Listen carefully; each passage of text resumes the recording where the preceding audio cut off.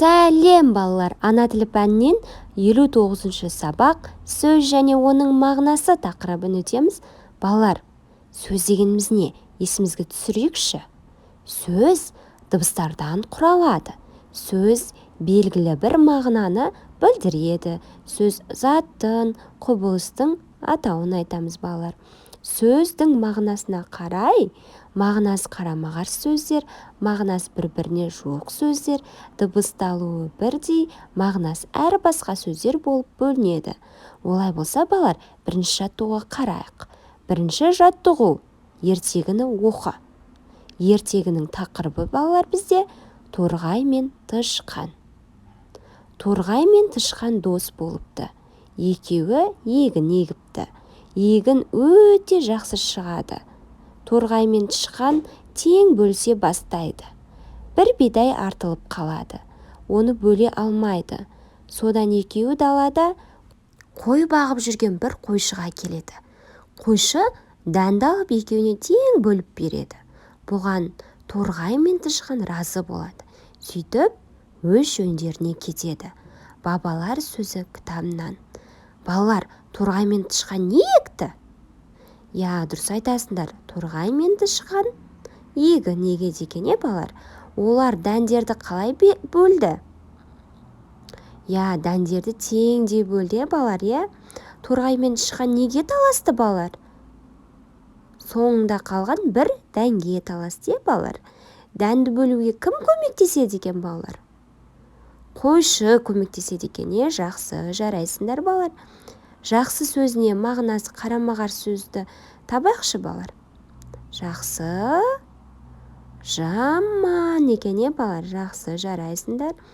Олай болса, балалар, екінші жаттығуға қарайық. Екінші жаттығу, бірнеше мағынасы бар сөздерді бір бөлек, мәндес сөздерді бір бөлек жаз дейді.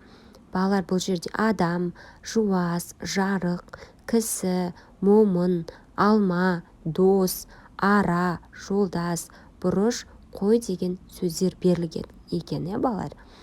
Адам деген сөздің бірнеше мағынасы бар ма? Дұрыс айтасыңдар. Бірнеше мағынасы жоқ екен, балалар, Адам деген сөз, яғни мәндес сөздерге жатады. Адам деген сөзге кісі, балалар. Келесі жуас, момын, дұрыс айтасыңдар. Келесі жарық, ол балалар бірнеше мағынасы бар екен, жарық деген сөздің. Яғни күннің сәулесі жарық және жарық ыдысты айтамыз, жақсы, жарайсыңдар. Келесі алма. Алма сөзінің бірнеше мағынасы бар, жақсы, жарайсыңдар. Яғни алма деген ол жеміс. Келесі кітапты алма, дәптерді алма, алуға болмайтындығы туралы айтылған. Жақсы, келесі дос. Дос, яғни ол мәндес сөздерге жатады екен, дос, жолдас. Келесі ара. Ара дегеніміз ол жәндік және аралауға арналған зат екен, жақсы. Келесі бұрыш. Бұрыш деген сөздің, балалар, бірнеше мағынасы бар екен, жарайсыңдар. Бұрыш ол фигураны айтамыз. Келесі бұрыш ол жейтін өсімдіктердің бірі екен, балалар, жарайсыңдар. Келесі қой.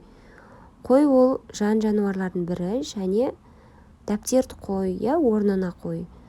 Кітапты орнына қой, іс-әрекет, балалар. Келесі үшінші жаттығуға қарайық. Үшінші жаттығу, жұмбақты көшіріп жаз, шешуін тап. Өзі айлакер, өзі бір қу. Жүрген жері айқай да шу, балалар. Ол не?